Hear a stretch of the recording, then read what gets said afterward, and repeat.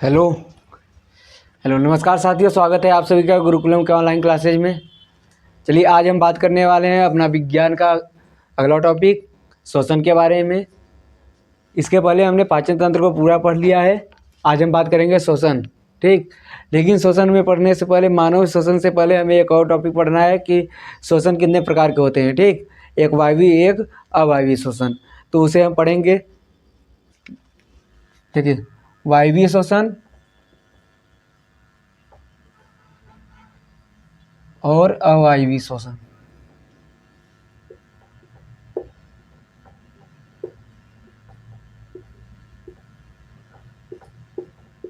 वायवीय श्वसन क्या होता है? वायवीय श्वसन वह श्वसन जो ऑक्सीजन की उपस्थिति में होता है। किसकी उपस्थिति में? ऑक्सीजन की उपस्थिति में, ठीक। और उसके बाद इसमें जो होता है ग्लूकोज का पूरी तरह से विखंडन होता है। अभी हम इसका बारे में और डिटेल से पढ़ेंगे। इसमें क्या होता है? ग्लूकोज का पूर्ण विखंडन, ग्लूकोज का पूर्ण विखंडन, ठीक।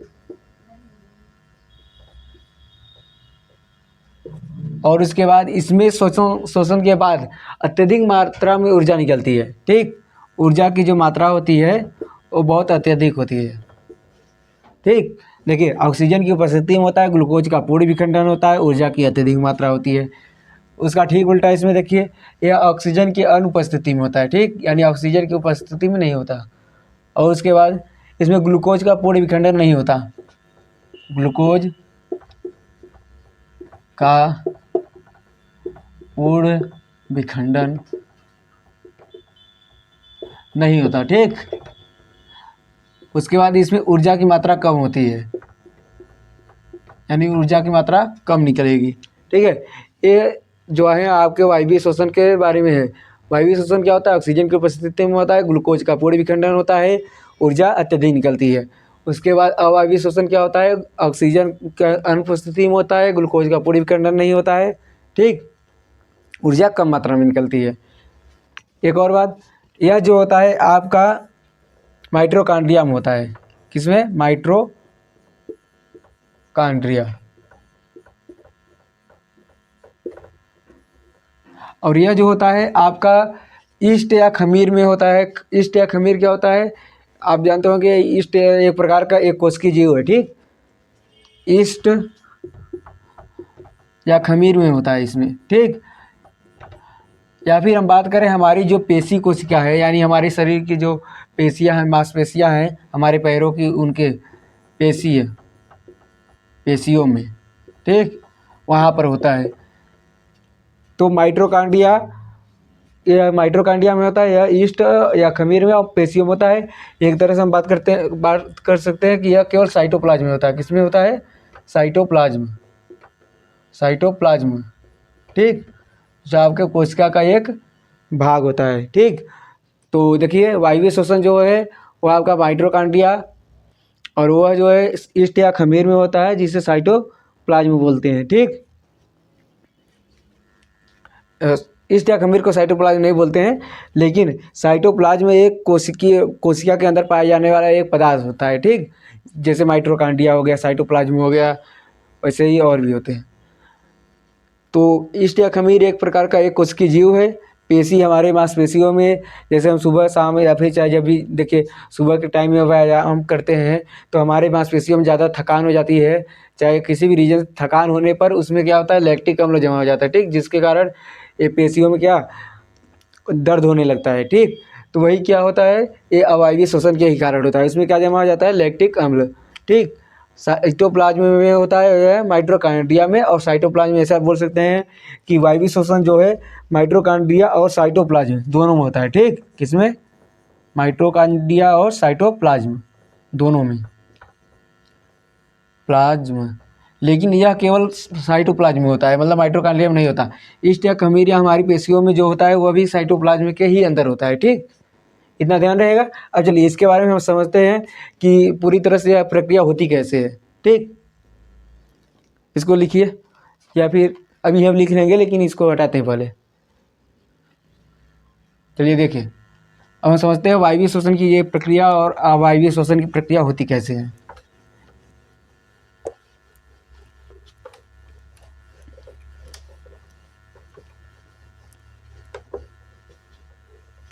देखिए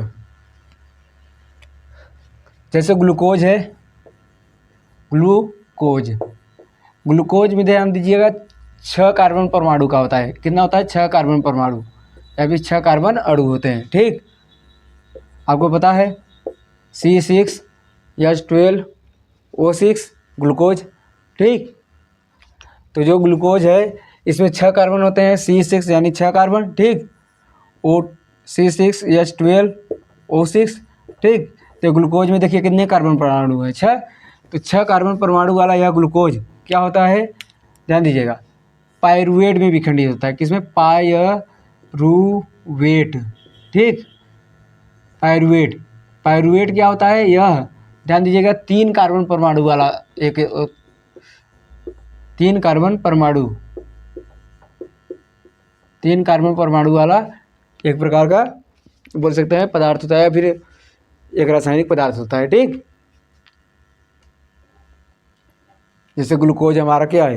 कार्बोहाइड्रेट है, इसमें कार्बन है, वैसे यह भी एक कार्बोहाइड्रेट का रूप है, पायरुवेट। ठीक, ध्यान दीजिएगा 3 कार्बन परमाणु वाले पायरुवेट में विखंडित होता है, जिसके बाद यह जो पायरुवेट है 3 प्रकार से हमारा जो क्रियाएं होती हैं वह 3 प्रकार से होती है। इसमें ध्यान रखिएगा 3 प्रकार से।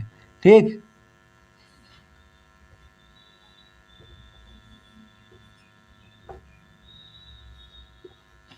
कितने प्रकार से होती है? 3 प्रकार से। देखिए यह होती है ऑक्सीजन की उपस्थिति में। किसकी उपस्थिति में? सॉरी, ऑक्सीजन की अनुपस्थिति। ऑक्सीजन की अनुपस्थिति। ठीक, यह जो होता है ईस्ट में होता है। किसमें? ईस्ट या खमीर, या फिर हम बात करें तो जो साइटोप्लाज्म होता है उसी के अंदर होता है, ईस्ट या खमीर में, या फिर हमारे पेशी कोशिकाओं में जो होता है वह भी साइटोप्लाज्म के अंदर ही होता है। जैसे देखिए यह किस में होता है? यह पेशी कोशिकाओं में होता है, पेशियों में। ठीक,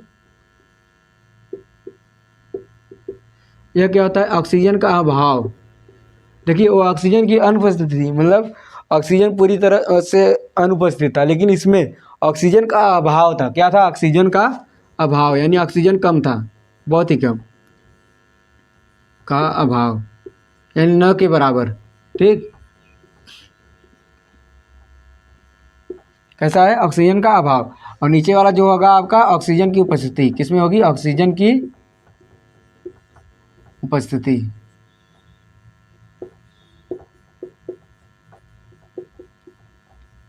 यह किस में होगी?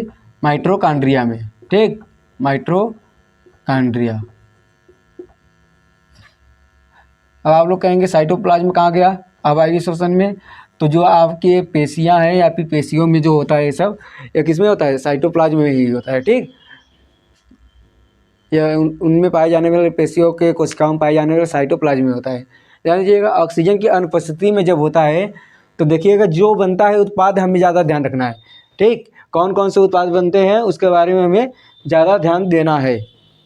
ठीक है, देखिए ऑक्सीजन की अनुपस्थिति में जब होगा तो पहले देखिए ग्लूकोज 6 कार्बन परमाणु वाला एक तत्व था, या फिर बात करें कार्बोहाइड्रेट था, जो 3 कार्बन परमाणु वाले पायरुवेट में विखंडित हुआ।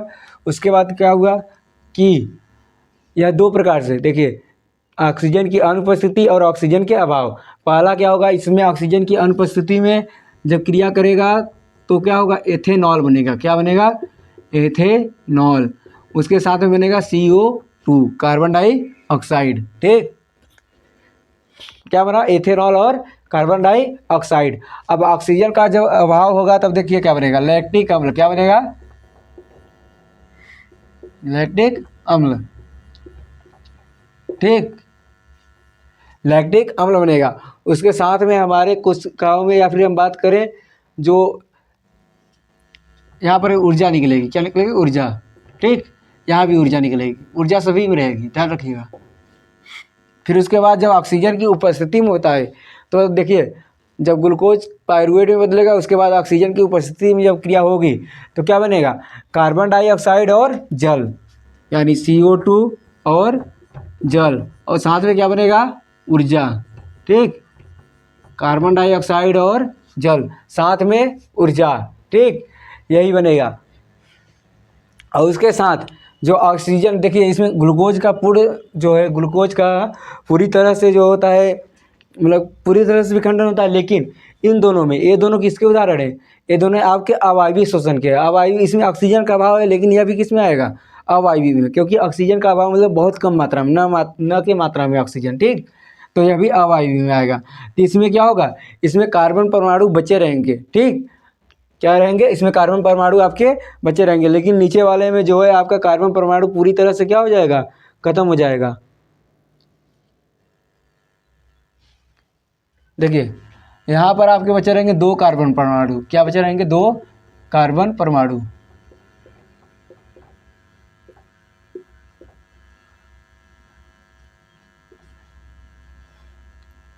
यहाँ पर बचेगा, यहाँ पर बचेगा नहीं, ये इससे में यहाँ पर बचने वाली बात नहीं, मतलब कि कार्बन का पूर्ण दहन नहीं, 2 कार्बन परमाणु का यहाँ पर वो हो रहा है, जो उपभुक्त हो रहा है ऑक्सीजन, सॉरी कार्बन, उसके बारे में 2 कार्बन परमाणु। उसके साथ आपके यहाँ पर कितना होगा? 3 कार्बन परमाणु, ठीक। कार्बन परमाणु,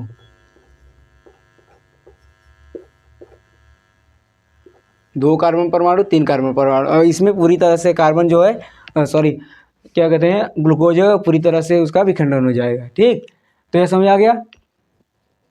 वायवीय श्वसन, अवायवीय श्वसन, देखिए ये दोनों जो है किसके उदाहरण हैं? वायवीय, अवायवीय के, और ये वायवीय के, ठीक। यह किसका उदाहरण है? नीचे वाला वायवीय, और ये किसका उदाहरण है? अवायवीय, ठीक। अवायवीय, ध्यान रखिएगा। अब जब आप अंतर लिखेंगे वायवीय और अवायवीय श्वसन के बीच में, तो देखिए वायवीय श्वसन में आप क्या लिख सकते हैं कि वह श्वसन जो ऑक्सीजन की उपस्थिति में होता है, ठीक। वह श्वसन जो ऑक्सीजन की उपस्थिति में होता है। अवायवीय में जो ऑक्सीजन की अनुपस्थिति में होता है, ठीक। उसके बाद आप क्या लिख सकते हैं कि जो ग्लूकोज का पूर्ण विखंडन है किसमें होता है? वायवीय में। इस यानी वायवीय श्वसन में ग्लूकोज का पूर्ण विखंडन होता है, अवायवीय में ग्लूकोज का पूर्ण विखंडन नहीं होता है, ठीक। उसके बाद आप लिख सकते हैं कि वायवीय श्वसन में अंतिम उत्पाद, अंतिम उत्पाद मतलब कि जो बन रहा है आपका उत्पाद के रूप में, कार्बन डाइऑक्साइड और जल होते हैं। वायवीय श्वसन में अंतिम उत्पाद क्या होते हैं? कार्बन डाइऑक्साइड और जल। अवायवीय श्वसन में अंतिम उत्पाद क्या होते हैं? एथेनॉल और लैक्टिक अम्ल। अब देखिए यहाँ पर एक एक का मतलब अलग अलग नहीं होता है, क्योंकि यह दोनों तो अवायवीय के ही उदाहरण है, मतलब अवायवीय में ही आएंगे, तो दोनों में क्या हो रहा है? इसमें एथेनॉल बन रहा है, इसमें क्या बन रहा है? लैक्टिक अम्ल, ठीक। तो अवायवीय श्वसन के उदाहरण क्या है? सॉरी, अंतिम उत्पाद क्या है? एथेनॉल और लैक्टिक अम्ल। उसके बाद इसमें जो है अधिक ऊर्जा निकलेगी, और उसमें दोनों में कितना कम ऊर्जा निकलेगी। यानी वायवीय श्वसन में जो है आपका अत्यधिक ऊर्जा निकलेगी, और अवायवीय श्वसन में कम ऊर्जा, क्योंकि इसमें क्यों? क्योंकि इसमें ग्लूकोज का पूर्ण विखंडन हो रहा है। ग्लूकोज के पूर्ण विखंडन से अधिक ऊर्जा निकलेगी, और कम विखंडन से कम ऊर्जा, ठीक। उसके बाद एक और आप अंतर लिख सकते हैं, यह जो होता है आपकी माइटोकॉन्ड्रिया और साइटोप्लाज्म दोनों में होता है। कौन? वायवीय श्वसन। और अवायवीय श्वसन किसमें होता है? अवायवीय श्वसन केवल साइटोप्लाज्म में होता है, ठीक। अगर बात करें उनमें से जीवों के नाम, ईस्ट और हमारी मांसपेशियों में या फिर हमारी पेशियों में, ठीक, ये बता सकते हैं। चलिए इसको इतना लिख लीजिए, समझ आ गया होगा।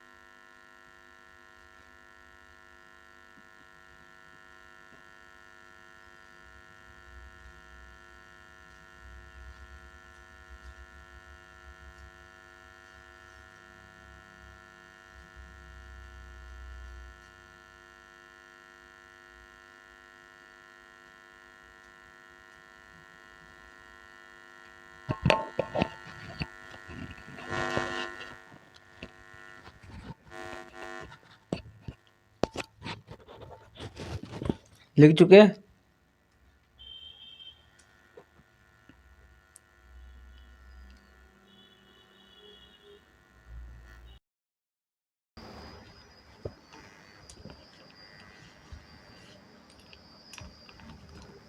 चलिए देखिए, अभी तक हम लोगों ने पढ़ा कि वायवीय और अवायवीय श्वसन क्या होता है।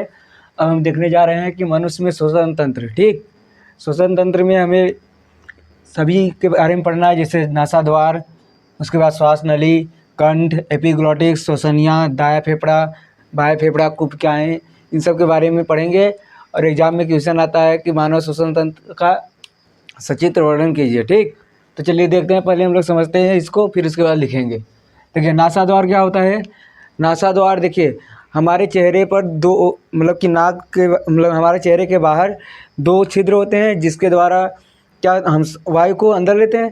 तो ये जो गुहा होती है, एक तरह से इसे क्या कहते हैं, नासा गुहा। ठीक, यह दो, एक कपाट द्वारा दो भागों में बटी होती है अंदर।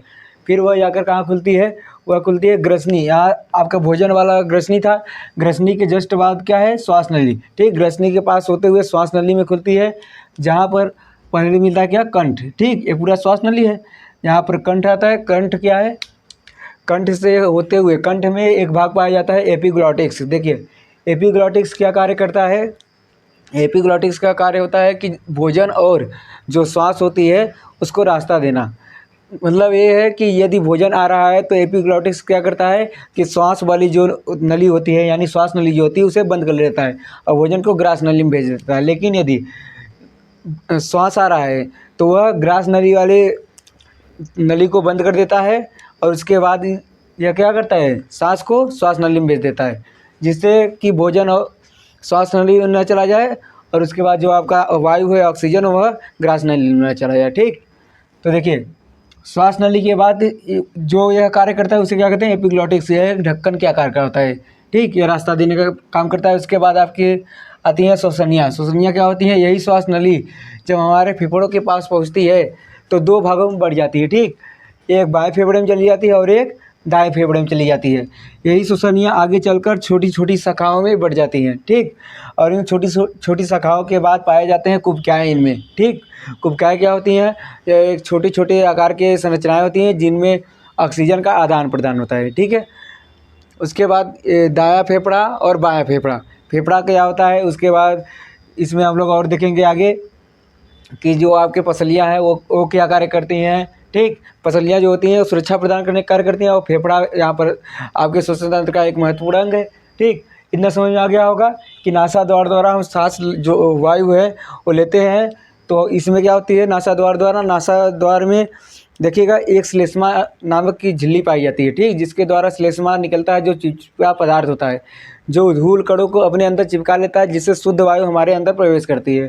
ठीक, तो श्वास नली में जाती है, तो श्वास नली के मतलब कि एक कंठ से होते हुए एपिग्लॉटिक्स और श्वास नली से होते हुए कहाँ बढ़ती है, श्वसनियों में। श्वसनियों में जाने के बाद यह कुपिकाओं में जाती है, जहाँ क्या होता है, गैसों का आदान प्रदान। गैसों का आदान प्रदान मतलब कि शरीर के अन्य भागों से जो कार्बन डाइऑक्साइड युक्त रक्त है वह कहाँ आता है, फेफड़ों में। ठीक, फेफड़ों में आने के बाद यहाँ से कार्बन डाइऑक्साइड युक्त रक्त जो है वो बाहर निकल जाता है। ठीक, हम जब सांस छोड़ते हैं, और उसके बाद जो ऑक्सीजन रहता है वो ऑक्सीजन जो क्या कहते हैं, रक्त में घुल जाता है। ठीक, तो शुद्ध हो जाता है रक्त, तो फिर से वापस शरीर के अन्य भागों तक पहुंचा दिए जाते हैं। ठीक, ये काम कौन करते हैं, कुपिकाएँ। और उसके बाद दायां फेफड़ा और बायां फेफड़ा या आपके श्वसन लेने समय यह भी मदद करते हैं। ठीक, सांस लेते समय फेफड़ों का एक महत्वपूर्ण कार्य होता है, क्योंकि यह इसके और फेफड़ों के और जो आपके अंग है इनके बीच में एक जगह होता है जिसे कहते हैं वक्ष गुहा। ठीक, एक संकरा स्थान होता है जिसे कहते हैं वक्ष गुहा।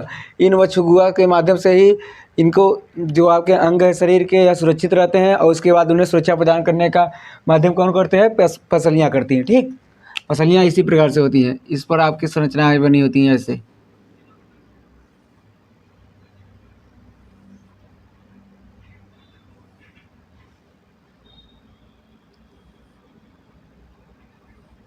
ये क्या है, पसलियाँ।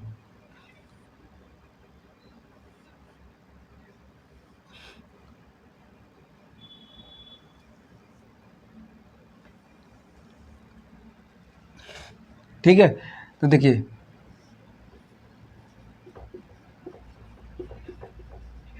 अब हम पहले लिखेंगे। ठीक, तो श्वसन तंत्र क्या होता है, पहले इसके बारे में समझते हैं कि श्वास होता क्या है। ठीक, श्वसन का मतलब क्या होता है, श्वसन देखिएगा, श्वसन एक जैव रासायनिक प्रक्रिया है। कैसी है? जैव, जैव मतलब जीवों में होने वाली, और रासायनिक मतलब एक प्रकार की केमिकल वाली रिएक्शन है, ठीक। यानी श्वसन एक जैव रासायनिक प्रक्रिया है। श्वसन एक जैव रासायनिक प्रक्रिया है जिसमें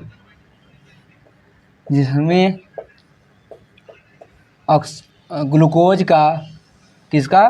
ग्लूकोज का ऑक्सीकरण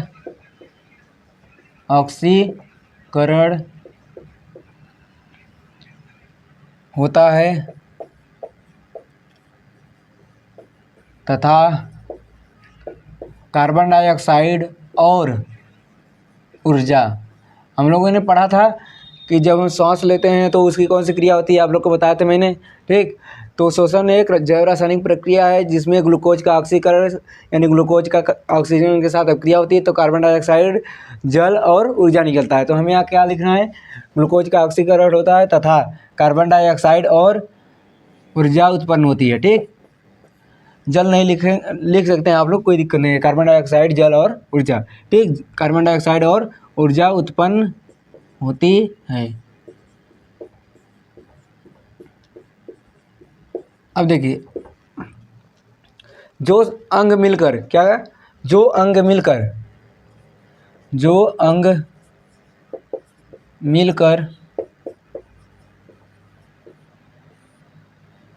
श्वसन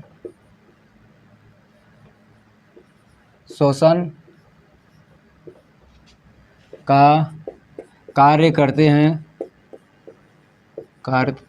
हैं उन्हें सम्मिलित रूप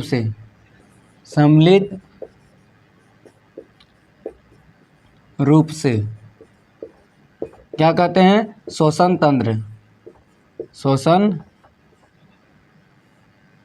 तंत्र कहते हैं, ठीक। जो निम्नलिखित हैं,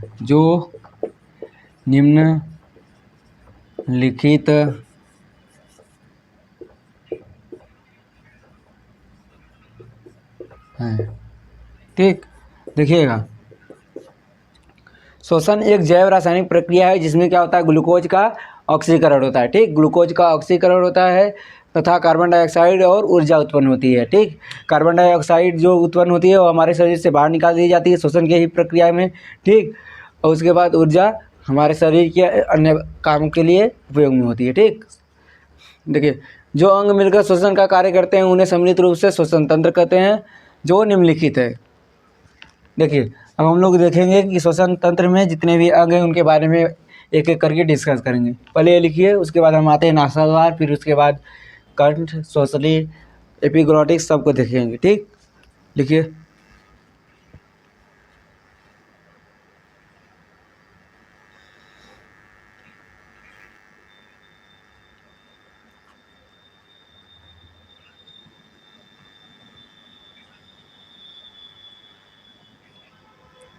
चलिए हटाते हैं इसको। अब हम देखते हैं एक एक करके सभी को, ठीक।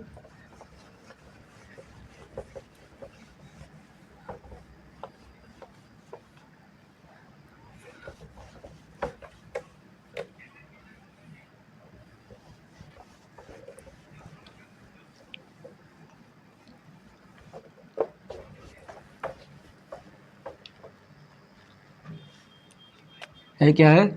कंठ लिखा था।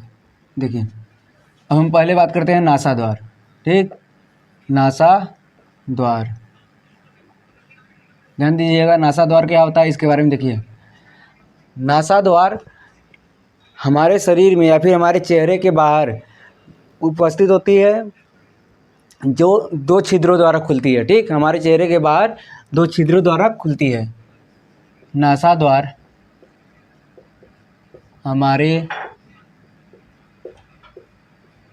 चेहरे के बाहर 2 छिद्रों द्वारा खुलती है और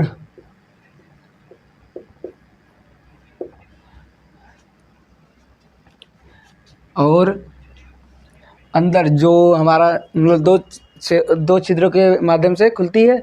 उसके बाद जो अंदर की तरफ है वो क्या होता है, और अंदर एक, या फिर अंदर बोल सकते हैं एक गुहा, कामा नासा गुहा, क्या कहते हैं उसे, नासा गुहा,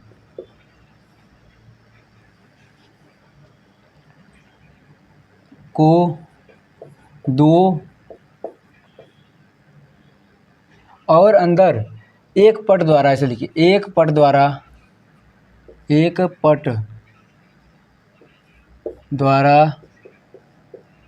दो नासा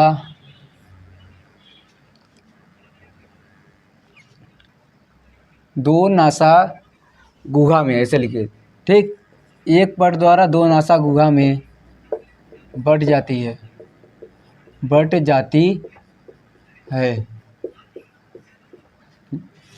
जो ग्रसनी के बाद कंठ, कहाँ, कंठ यानी यहाँ कंठ के पास जाकर खुलती है, ठीक। जो ग्रसनी के बाद कंठ के पास खुलती है का मतलब कि यहाँ से जो आपके दो अलग अलग भागों में बटी है, ठीक, वह कहाँ हो जाती है, कहाँ चली जाती है, यहाँ जाने के बाद आपका इधर क्षेत्रों में, यानी गले के पास, कंठ के पास पहुँचने के बाद यहाँ पर आपके कहाँ खुलती है, इसमें श्वास नली में आप बात कर सकते हैं, के बाद कंठ में खुलती है, कंठ के पास खुलती है, ठीक। अब देखिए दूसरा नंबर, श्वास नली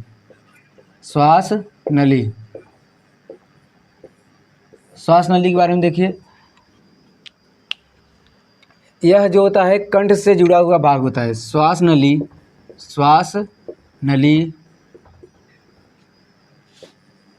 कंठ से जुड़ा भाग होता है जो ऑक्सीजन को, या फिर वायु को लिख सकते हैं, ऑक्सीजन को, वायु लिख दीजिए, को हमारे श्वसनीयों, या फिर ऐसे लिख दिए, ऑक्सीजन को श्वसनीयों तक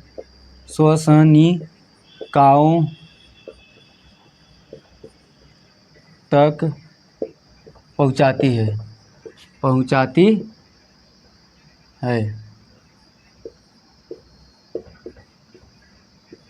ठीक।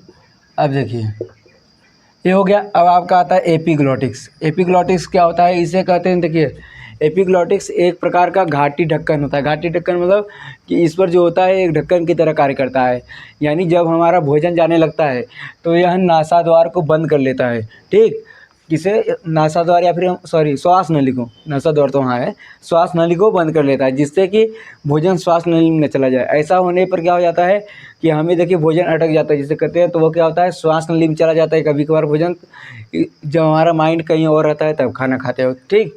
तो श्वास नली में भोजन न जा पाए, इसलिए वह भोजन की वाली नली को, यानी ग्रास नली को बंद करता है, और जो जब ऑक्सीजन आता है या फिर वायु आती है तो वह श्वास नली को खोल देता है, ठीक है। ध्यान रखिए क्या लिखना, एपिग्लॉटिक्स। देखिए एपिग्लॉटिक्स क्या होती है, यह कंठ के पास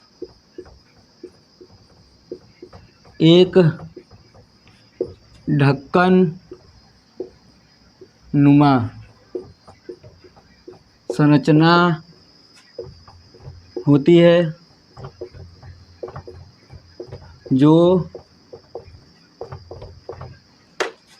भोजन को, भोजन और किसको, वायु या ऑक्सीजन को, ऑक्सीजन को रास्ता प्रदान करती है, रास्ता प्रदान करती है। भोजन करते समय, भोजन करते समय यह श्वास नली को, श्वास नली को बंद कर देती है। क्या कर देती है? बंद कर देती है। ठीक, भोजन करते समय यह क्या करती है? श्वास नली को बंद कर देती है। यहाँ पर दिख नहीं रहा है, एक मिनट।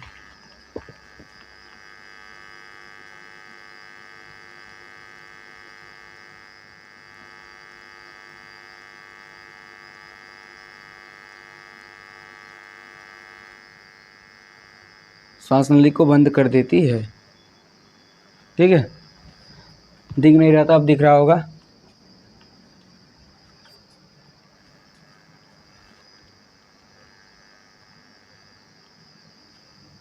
फिर से देखिएगा,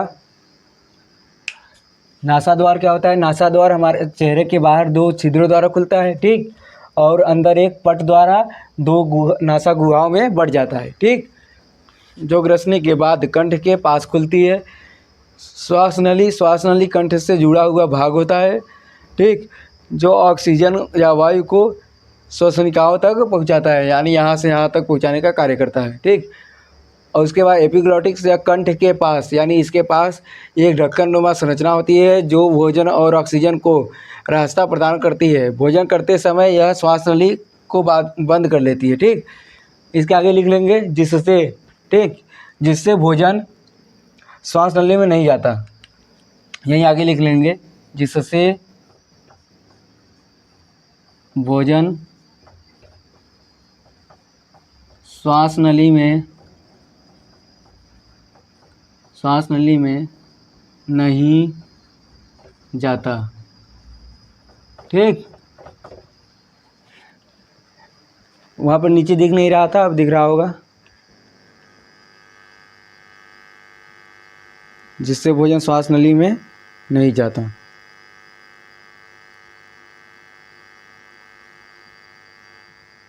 चलिए, हो गया।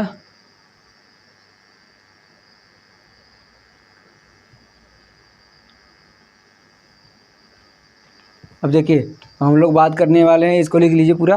उसके बाद हम अगला बात करेंगे एपिग्लॉटिक्स के बाद श्वसनिया।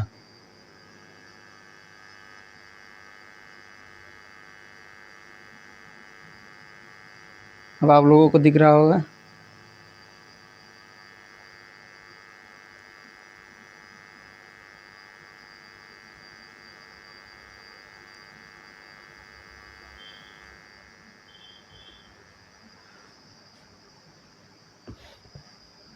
हम क्या बात करेंगे?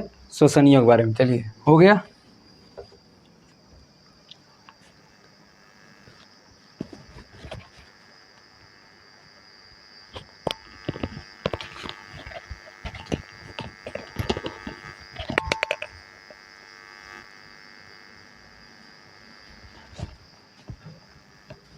चलिए देखिए, इसको हटाते हैं आप।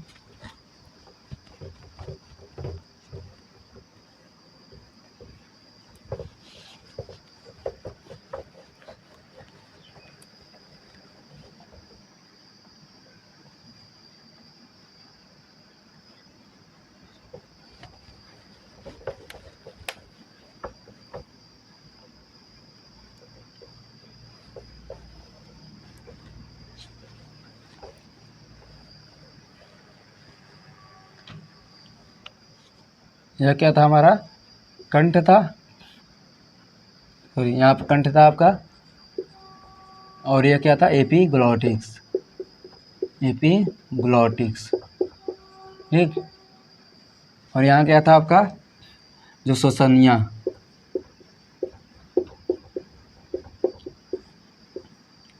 और ये आपका है फेफड़ा है, मतलब दायां फेफड़ा, ठीक। उधर बायां फेफड़ा, इधर दायां फेफड़ा।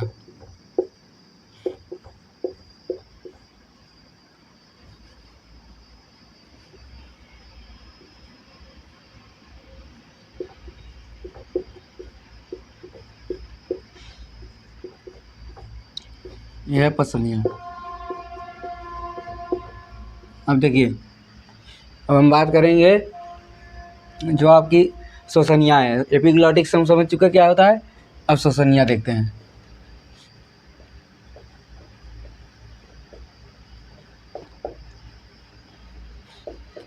देखिए,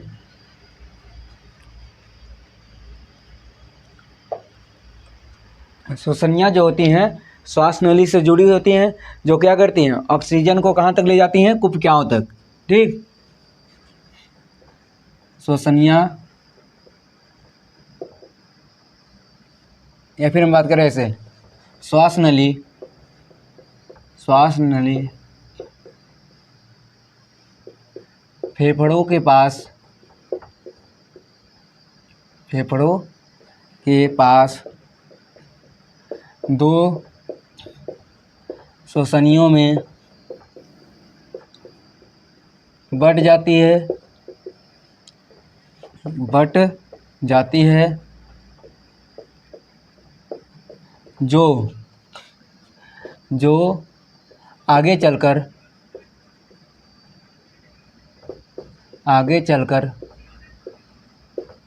कई शाखाओं में, किसमें, कई शाखाओं में विभाजित हो जाती है, या फिर लिख सकते हैं बट जाती है, बट जाती है, ठीक। श्वसनियाँ कई शाखाओं में बढ़ जाती हैं। फिर उसके बाद हम पांचवा देखेंगे कूपिकाएँ। क्या, कूपिकाएँ। देखिए, कूपिकाएँ क्या होती हैं, यह एक ऐसी संरचना होती है जो क्या करती है, गैसों के आदान प्रदान, यानी गैसों के विनिमय के लिए क्या करती है, माध्यम प्रदान करती है, या फिर कहे तो जगह प्रदान करती है, ठीक। कूपिकाएँ गैसों के आदान प्रदान के लिए, किसके लिए, गैसों के आदान प्रदान के लिए सतह प्रदान करती हैं, सतह प्रदान करती हैं, सतह मतलब क्षेत्र प्रदान करती हैं, ठीक, प्रदान करती हैं।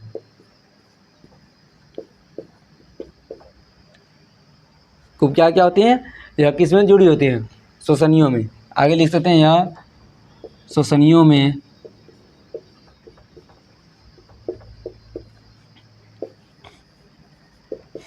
जुड़ी होती हैं। उसके बाद क्या है, फेफड़ा।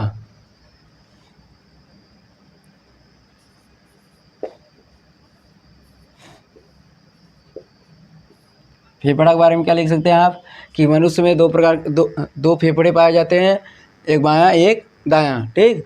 यह क्या करते हैं, फेफड़े आपके श्वसन, मतलब कि जो श्वसनांग है और उसके बाद जो फेफड़ा है, इनके बीच में एक तरह से जगह होता है, और यह सांस लेते हैं जिससे वो जगह भर जाता है, ठीक, वायु द्वारा। तो फेफड़े क्या होते हैं, फूल जाते हैं, या फिर हम कहें कि वह ऊपर उठ जाते हैं, ठीक। पसलियाँ ऊपर आ जाती हैं, फेफड़े फूल जाते हैं, फिर सांस छोड़ने पर वह अपनी सामान्य अवस्था में आ जाते हैं। देखिए, यह दो जोड़ी या एक जोड़ी बोलेंगे, यह एक जोड़ी गहरे कत्थई रंग, कत्थई मतलब समझ रहे हैं, रंग के, यानी एकदम गहरा चॉकलेटी, एक तरह से कत्थई रंग के होते हैं। नीचे क्या होता है, इसके नीचे ध्यान दीजिए, आपका डायफ्राम होता है। क्या होता है, डायफ्राम, यानी सांस लेने पर भी इन्हीं में क्या होता है, डायफ्राम के द्वारा जो पसलियाँ या फिर आपकी बात करें फेफड़े ये फूलते हैं और डायफ्राम नीचे से इन्हें सहारा दिया रहता है, ठीक, जिससे ज़्यादा नीचे न चले जाए। कत्थई रंग के होते हैं जो श्वास लेने पर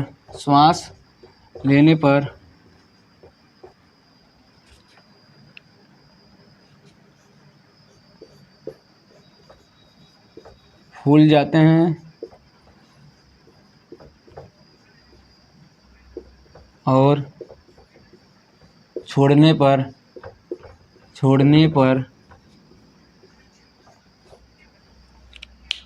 और छोड़ने पर अपनी सामान्य अवस्था में आ जाते हैं, सामान्य अवस्था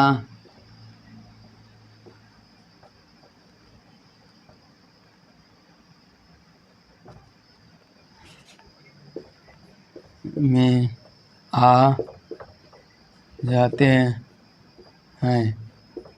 ठीक। फेफड़ा क्या होते हैं, यह गहरे कत्थई रंग के होते हैं जो श्वास लेने पर फूल जाते हैं और छोड़ने पर अपनी सामान्य अवस्था में आ जाते हैं।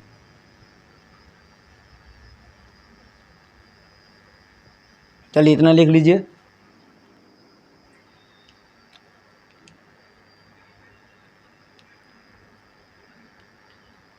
उसके बाद बचती हैं आखिरी आपकी पसलियाँ।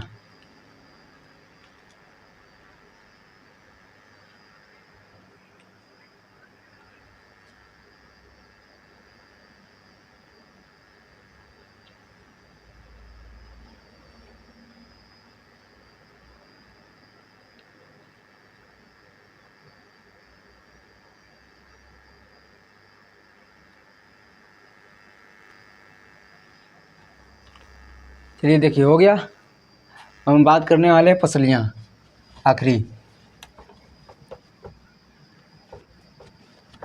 अब यहीं पे ख़त्म नहीं होता है आपका, अभी आगे भी इसके क्रिया विधि हम पढ़ेंगे अभी आज की कक्षा में। देखिए पसलियाँ के बारे में पढ़ लेते पहले। पसलियाँ छोटा सा है, देखिए पसलियाँ क्या होती हैं, बस इसमें इतना लिख दीजिए कि यह एक पिंजरे नुमा संरचना होती है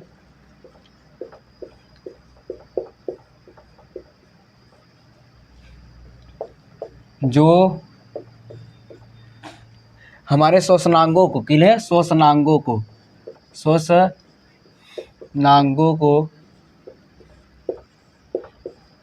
सुरक्षा प्रदान करती है। क्या करती है? सुरक्षा प्रदान करती है।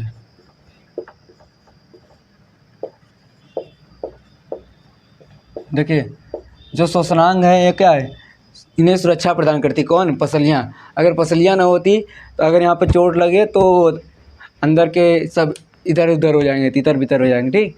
तो इसलिए पसलियाँ क्या होती हैं, इन्हें सुरक्षा प्रदान करने का कार्य करती हैं, ठीक है।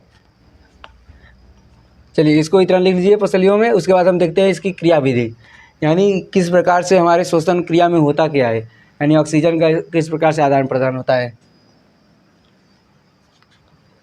गैस होगा, ठीक। इसको लिख चुके। चलिए देखिए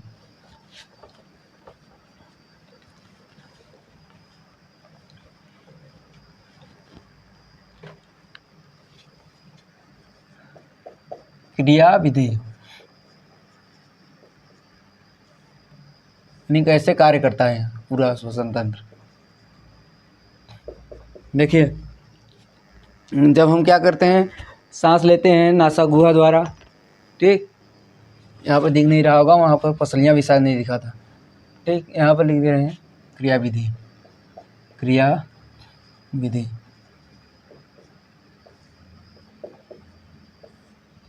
देखिए जब हम सांस लेते हैं नासा गुहा द्वारा तो होता क्या है कि सांस कहाँ पहुँचता है हमारे नासा द्वारा सांस लेने पर वह पहुँचता है श्वास नलियों में। श्वास नलियों के बाद वह पहुँचता है कंठ में, कंठ से होते हुए और एपिग्लॉटिक्स से होते हुए वह कहाँ चला जाता है, श्वसनिकाओं से, श्वास नलियों और श्वसनिकाओं से होते हुए वो हमारा पहुँच जाता है कुपिकाओं में। वहाँ पर आती हैं, वहाँ पर रक्त लेकर आता है क्या, कार्बन डाइऑक्साइड युक्त रक्त, ठीक। उस रक्त में से कार्बन डाइऑक्साइड निकाल कर उसे क्या प्रदान करती हैं, ऑक्सीजन, जिससे रक्त क्या हो जाता है, शुद्ध हो जाता है, ठीक। फिर वह शुद्ध रक्त पूरे शरीर में पहुँचा दिया जाता है। तो ये हमें देखना है। देखिए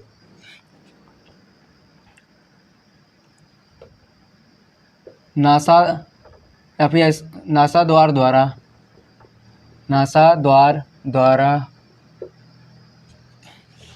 श्वास लेने पर नासा गुहा में उपस्थित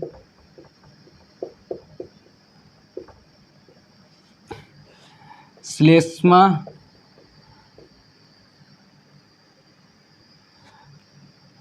नामक चिपचिपा पदार्थ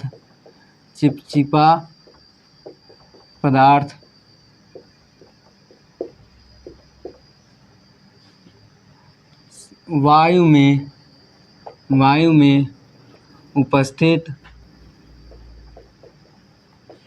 धूल कण को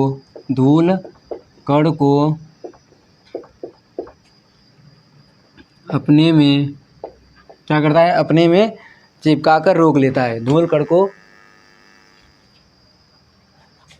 वायु में, यहाँ लिखे हैं, ठीक। वायु में उपस्थित धूल कण को अपने में चिपका कर रोक लेता है और देखिए यहाँ से जो वायु जाएगी शुद्ध वायु, ठीक, शुद्ध वायु। अब शुद्ध वायु का मतलब ये नहीं कि यहाँ पर जो वायु जाएगी, अभी हम शुद्ध रक्त के बारे में पढ़ेंगे, वो सेम दोनों यहाँ नहीं, वो शुद्ध रक्त है, ठीक। उसमें शुद्ध रक्त जो होगा उसमें ऑक्सीजन मिलेगी, लेकिन शुद्ध वायु क्या है, यह जिसमें से धूल कण नहीं है, ठीक। ऑक्सीजन के साथ जरूरी नहीं है।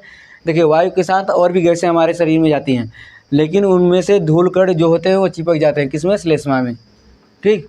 और शुद्ध वायु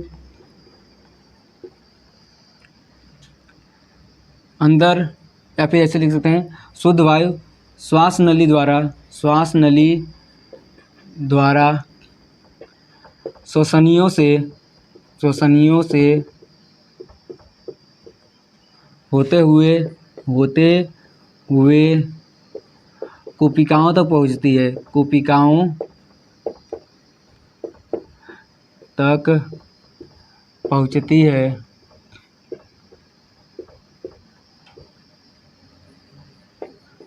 जहाँ गैसों के आदान प्रदान के लिए, गैसों के आदान, या फिर ऐसे लिख सकते हैं, जहाँ गैसों का आदान प्रदान बोल सकते हैं, विनिमय, ठीक, यानी लेन देन होता है, ठीक। गैसों का आदान प्रदान होता है। यहाँ हमारे शरीर से अशुद्ध रक्त, कैसा अशुद्ध रक्त, उसमें CO2 युक्त होता है, ठीक, आता है और शुद्ध रक्त या फिर ऐसे बोल सकते हैं, आता है और इस रक्त में से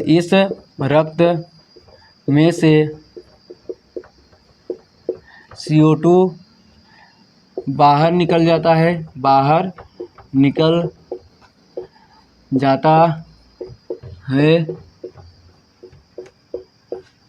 ठीक।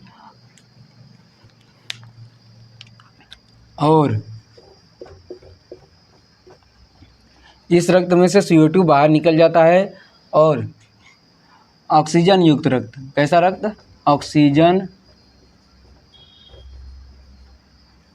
युक्त शुद्ध रक्त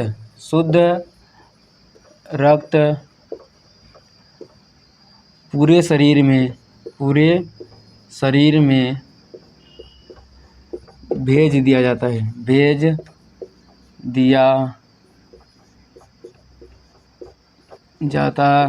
है। देखिए यह हो गई आपकी श्वसन की क्रियाविधि कि नासाद्वार द्वारा सांस लेने पर नासा गुहा में उपस्थित जो श्लेष्मा नामक झिल्लियाँ होती हैं उनमें से क्या निकलता है, श्लेष्मा नामक चिपचिपा पदार्थ जो वायु में उपस्थित धूल कण को अपने में चिपका कर रोक लेती हैं, ठीक। और जिससे कि शुद्ध वायु केवल कहाँ जाती है, श्वास नली के द्वारा वह कहाँ पहुँचती है, श्वसनियों में।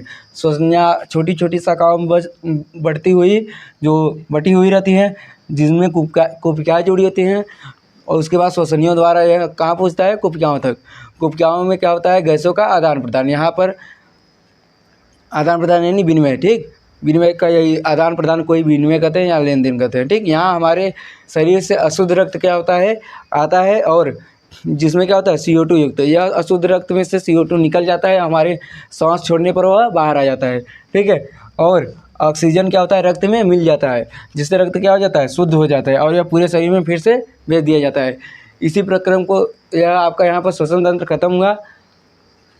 जब हम पढ़ेंगे मानव में हृदय के बारे में, हृदय की कार्यविधि, तब उसमें इसका भी भाग थोड़ा बताएगा कि किस प्रकार से यहाँ पर शुद्धिकरण होता है। ये याद रहेगा आप लोगों को फेफड़े वाला, तो आपको हृदय में सहायता मिलेगी, ठीक। तो चलिए आज के लिए इतना ही रखते हैं। वीडियो को अपने दोस्तों के पास ज़रूर भेजिएगा। उम्मीद है आप लोग को समझ में आया होगा। नहीं समझ में आया होगा तो कमेंट में ज़रूर पूछिएगा। धन्यवाद।